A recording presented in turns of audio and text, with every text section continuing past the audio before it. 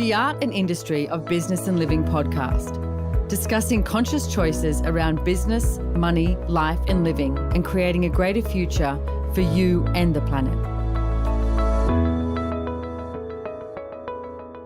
Hey everyone, welcome to our podcast, Art and Industry of Business and Living. You are with Simone Milasas, your host, and I am live here in Roma, Italy. I like the way I always say live here because, you know what, it's always pre-recorded and I'm not going to be dead somewhere. But I'm here in Roma, Italy with my good friend, Mr. Christopher Hughes. Hello. Welcome, Chris. Hello, Miss Simone Milasas. I'm so glad to be here again. I feel like I'm becoming a regular on this show. You are a regular, but you know why? Because I love you and you're interesting and you're intelligent and I love talking to you about different things that you have created in the world. Well, thank you. I love you too, and it's always inspiring to me, and new ideas come up, new concepts, new ways of looking at things, and that's what I love about this sort of stuff.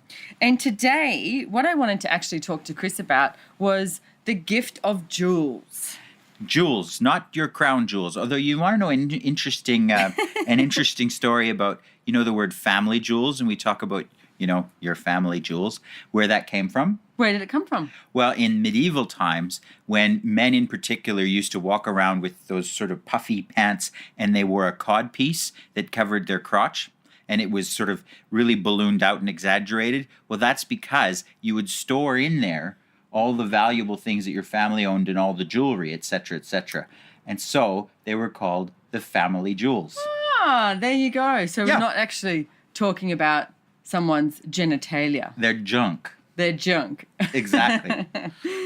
Cool. Well, I've actually got, and I know you can't see here in the podcast, but I might take some photos and we'll put it on social media if you want to check it out in my Instagram in Simone Milasas or Facebook Simone Milasas, because one of the pair of earrings here I wanted to talk to you about. And, I find that every piece of jewelry has a story. And I'm holding a pair of earrings here. So can you talk about these ones? Yeah, for sure. So just again, you guys can't see this, but Simone in her lap has about, $400,000 worth of jewelry sitting here of all different makes and models and kinds, rubies and diamonds and gold, all sorts of different stuff. So the first thing she's holding here is a pair of earrings that are really interesting. They're diamond drop earrings, and one has a big pear-shaped pink stone called a kunzite, and one has a big pear-shaped blue stone called an aquamarine. And these were modeled after a pair that sold at, I believe it was Sotheby's auction house, and they sold for a record-breaking sum of money. Now, those ones originally were pink diamonds and blue diamonds, and they sold for $15 million or something of the like, and they were called the Artemis and Apollo earrings. And these are modeled after them, and, you might see them in a shop and just go, wow, those are really cool, those are really beautiful. But what I find often really inspiring or interesting about this stuff is there is this whole backstory and a history that led to their creation. I know, I love it. I mean, I remember when I saw it and I was like, pink stone, blue stone. It's like, what is that? Why would you want one ear to be different than the other? But it's just cool. Yeah, it is. It's just different. No, I absolutely love it. So let me ask you, first of all, where did you first start getting interested in jewelry and knowing more about it?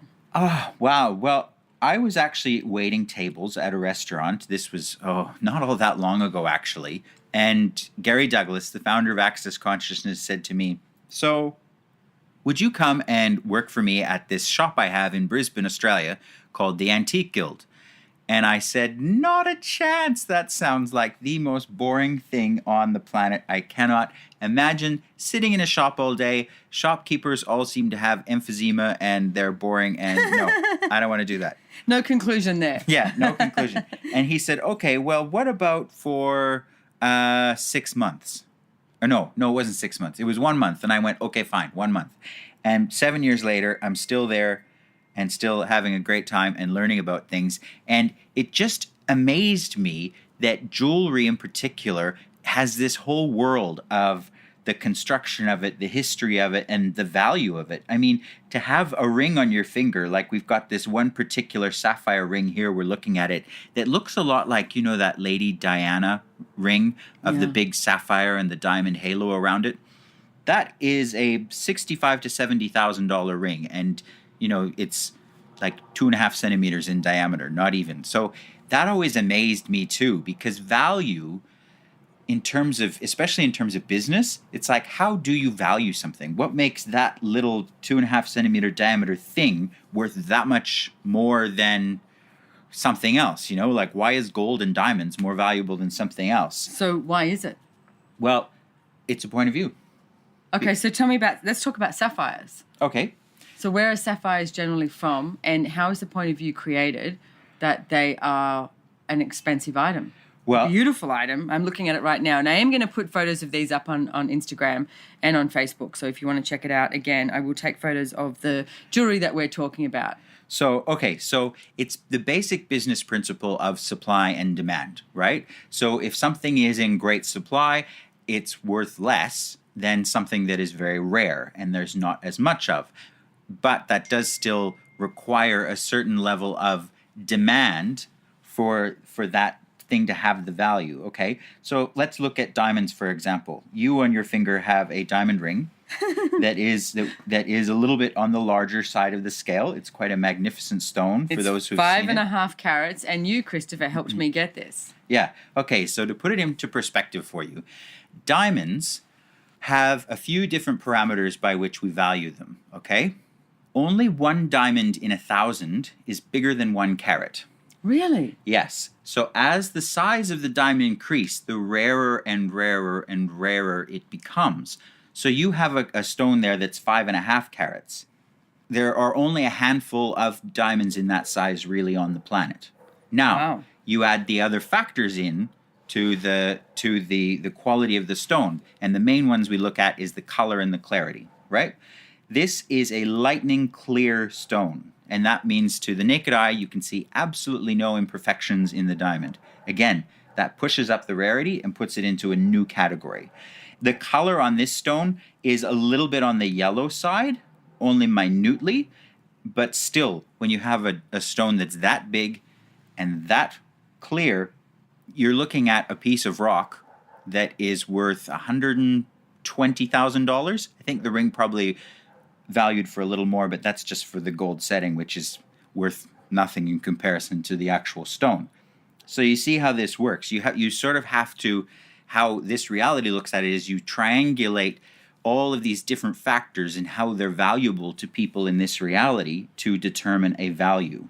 So let's go back to the sapphire ring, and what I'm going to ask you about is the beauty of it, because to me it's stunningly beautiful. Yeah. So you've got the sapphire, and then it's surrounded by diamonds, and I think it must be on platinum, is it? It is in platinum. Yeah, it's on platinum.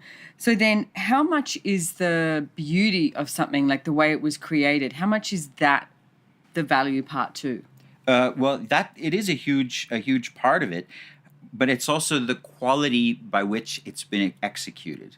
So it's beautiful in how it's made, but it's also been very well made, and it's been made by hand, as opposed to lots of jewelry these days are pressed out in molds. Right. And they're cast, as opposed to someone sat there for probably about a month and a half with a file and gold and actually crafted that piece of jewelry. Oh, it's absolutely stunning. Yeah. I'm actually going to ask if I can borrow it and wear it for a day. Yeah, absolutely.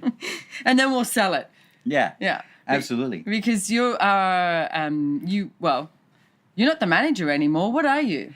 We gave that job to somebody else. You're the everything man. Yes, I guess I'm just, I'm no longer the manager. I'd say that you're the CEO. Okay, I'm the CEO The CEO now. of the Antique Guild shop in Australia, which is actually part owned by myself and Brendan, Gary, Douglas, Dane here, Andrew Butterfield, and Chris Hughes. Yeah. And we do have shows all around the world at different access consciousness events that we have, so people get to see the jewelry. But I'm going to say, you please check out their Instagram, because they do such a good job of showing off the jewelry and the furniture and all the antiques that are available. And what is the Instagram?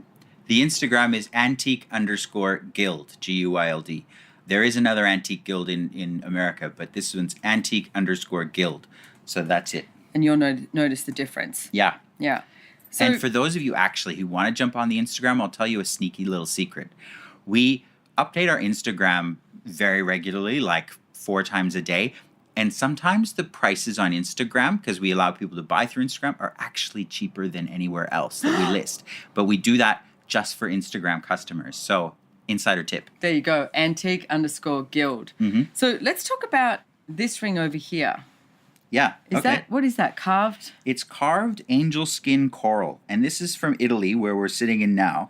And this is I'm a little bit partial to this stuff because this is the era of time Yeah, it was pulling me. That I particularly love. If you look at the side of this ring, it's all worked with beautiful, intricate detail, and it's a mix of white gold and yellow gold. And this came from a time that in America was called the Gilded Age, and in Europe was called the Belle Epoque. Now, Belle Epoque means the beautiful era, the beautiful time.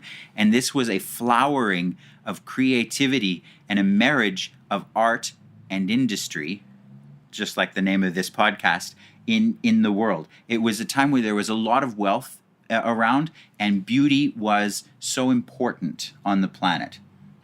So this is carved coral in a cameo in a mixed metal gold ring.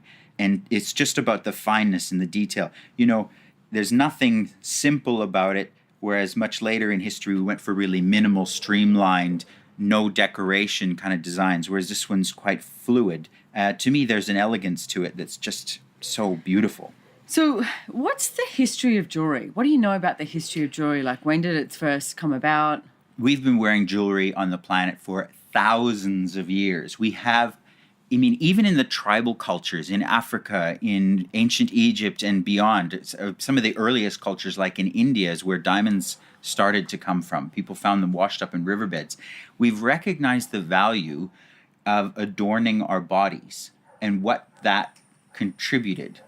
Not about the value of it in terms of monetarily necessarily at the time, though it's always been a status symbol. It was, people have this innate drive to decorate their bodies with beauty.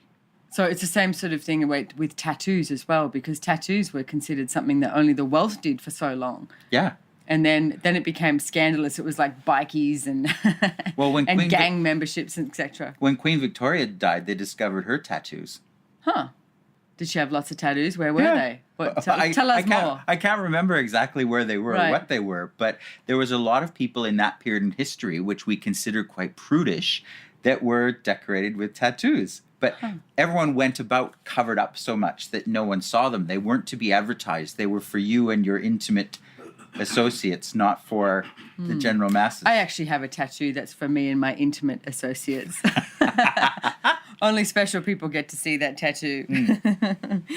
So let's talk about pearls as well, because when did pearls start being, Again, around? We've dove for pearls forever, and historically what we used to have to do is, we'd have an area that we knew there were a particular quality of oysters that produced pearls, and we would dive into the sea, and it was a whole art of diving for these pearls and harvesting the oysters and bringing them back. And the divers used to have to learn to hold their breath.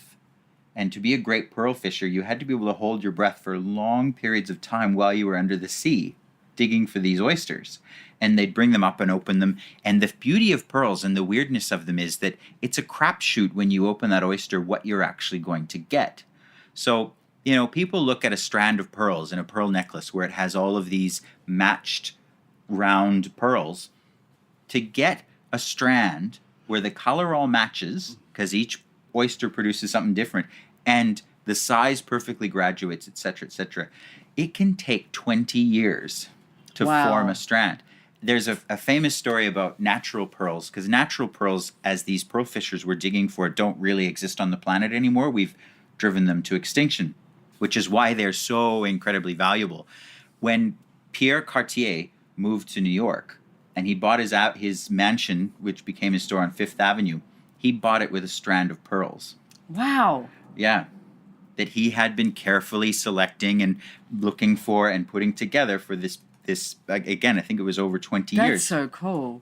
I mean, I first got to get over the point of view that, pearls are in oysters. I mean, who the hell found oysters and went, yes, I'm going to open that and eat that? I mean, I love oysters, but Jesus, looking at them. Yeah. And then they found pearls. So talk to me about, this is what I know is we've got, your natural pearls, which are a cream color. Yeah. And then you've got Tahitian pearls, which is more your black pearls. And then you have champagne and gold pearls. You have pink pearls. You have, and again, it's sort of like diamonds. Diamonds come in so many different colors. There's white, there's yellow, there's blue, there's green, there's red. And certain colors are extraordinarily rare in diamonds. And so in pearls, Tahitian black pearls really only come from Tahiti. Right. There's some that are a little purpley dark in the Gulf of Mexico, but not that often. And then the gold pearls, again, come really just from Australia. Wow. And you never know when you're going to get them, and they're really valuable and really hard to get. And I've just got a pair. I haven't got them yet, but Yeah. Chris just brought them over to Italy because I've been asking him to search for a pair of gold stranded pearls for me. So I'm very, very excited about that. Tell me about pink pearls. Pink pearls, again, it's you never quite know when you're going to find them. Like I say, I love pearls and even a couple other things like opals and amber because it's organic. You know, I mean, really all jewelry, it's metal and stone from the planet, or it's the sap of trees in amber, or they're gifts from the planet of different kinds. So with pearls, when you open the oyster, as I said, you don't know what you're going to get necessarily. Yeah. And the quality of it. Sometimes they'll have little pocks and little marks in them, or little ridges and stripes. Or when they're really knobbly and weird shapes, we call those Baroque pearls. It's hard to say what you're going to get when you open that oyster. So there's no rhyme or reason to when you find a pink one, but it's just they're hen's teeth, as we say. So, but I love the way you talk about it because there's a gratitude in each and every pearl that you have, not looking for the perfection of something. Yeah. It's like, what is the earth gifting you today? What? Yeah. Here's something. Yeah. And what about Mabe pearls? Because I have a beautiful strand of Mabe pearls as well. And I heard that you cannot get Mabe pearls from the ocean anymore either. No, they're very hard to get now. And what Mabe pearls is, okay, so here's a quick history of how pearls are made and where pearls come from. Basically, the oyster is sitting along in the ocean having a lovely time, and something annoying gets inside the shell. So the oyster starts producing this material called nacre to protect its flesh from that irritating thing, whether it's a grain of sand or a bit of shell from something or a bit of coral, and it starts coating that thing with the nacre, of which is what pearl is, okay? So quite often it totally encases that thing and produces the pearl, but sometimes it actually produces a bubble on the inside of the shell of the oyster where that to cover that little irritating thing so that its flesh is happy and it's not being bothered. And sort of like having sand in your eye. Can you imagine having sand in your eye for a really long time? So it has this mechanism to keep that out. So Mabe pearls just are those bubbles that form on the inside of the shell. Oh, thank you. I did not know that. That's brilliant. You're a wealth of knowledge. I know. And, the funny thing is with this, I think we all have this area of our life where we have such a keen interest in whatever it is that we're talking about. And so we have this capacity to absorb information about that topic. Like for some reason, jewelry, art, antiques, furniture, I don't know what it is with me, but I love it so much that I can retain and absorb all the information. Oh, you are such a gift, Christopher. The conversations that I've had with you with, art and jewelry and antiques, etc. I mean, I love it when you and your husband, Drew, come to our house and, we don't get offended when they pick things up and look at the bottom and start Googling it. They're like, did you know that this is from this era? And did you know that your sugar bowl is 18th century? I know. I love it when you come up there and do that. It's brilliant. Cool. So now, Chris, you once did a course. I'm not sure if you still have that available. I do, yes. For anyone who wants to learn more about this stuff, I did 3 different series of telecalls, all called The Elegance of Living, and they're available on my website still to purchase if you're interested, called theeleganceofliving.com. And there's one series that's more about the information like this, like what is silver, what is gold, how is it made into jewelry, etc. We went through diamonds and pearls, all that kind of thing. And then I did the second series, which was more on periods of history. And the third series was a little more energetic about having these things in your life and being a different energy that allows treasure to find you. Now, are these available just in audio, or is it no, it's a Zoom video as well? Videos as well. Great. It's a video Zoom, and in fact, with most of them, there's manuals as well that go along with it, so you have reference to learn. And there's some cool things in the first series too, like about auctions and how to get the most out of auctions, because you can find some bargains. Well, I'm not going to tell everyone how much I bought my ring for, but we actually did get my 5.5 carat diamond ring on auction in Australia at a ridiculously good price. So I'm very, very grateful for that. So if you want to find out more about these courses that Chris did do, go to theeleganceofliving.com. But you can also check out theantiquedeal.com.au, okay? Don't forget the AU because this is actually in Australia.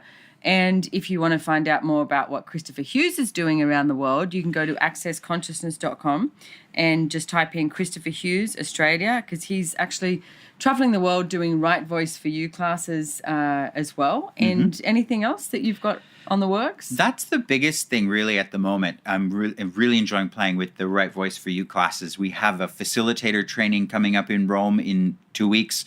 I just had a fantastic 3-day masterclass in Rome, and people are starting to sign up for a 3-day class I have coming up in Dublin in June, if you're in that neck of the woods. In Dublin, Ireland. Nice. Yes. Be the luck of the Irish. Yes. Have some leprechauns come along. Oh, I hope so. We'll find their pot of gold. So. Find their pot of gold at the Right Voice class in Dublin. I'm sorry if you're Irish and we've just done really bad Irish accents. And you're like, oh my God, I'm so sick of that. Yes. But I love it. I love the Irish accent. So, Chris, thank you so much for joining me here today. I'm very, very grateful. You are a gift to me with all of these jewels and everything that you know, and I'm so incredibly grateful. Ooh, look at that yellow sapphire. You. I know. I am just looking at them now. So I'm sorry that you can't see them here in the podcast, but like I said, go check out antique_guild for their Instagram. And I'm also going to pop some of these ones that we were talking about on my Instagram as well, Simone Milasas. And you know what? Please pass these podcasts on to your friends, foe, family, whoever it is. And don't forget to check out Megan Hill's podcast. She is a wonderful friend of mine, and she's doing a podcast called What Else Is Possible Show. And you can check that out on whatelseispossibleshow.com. Thank you for joining me today, Mr. Christopher. Thank you so much. Bye-bye. Bye.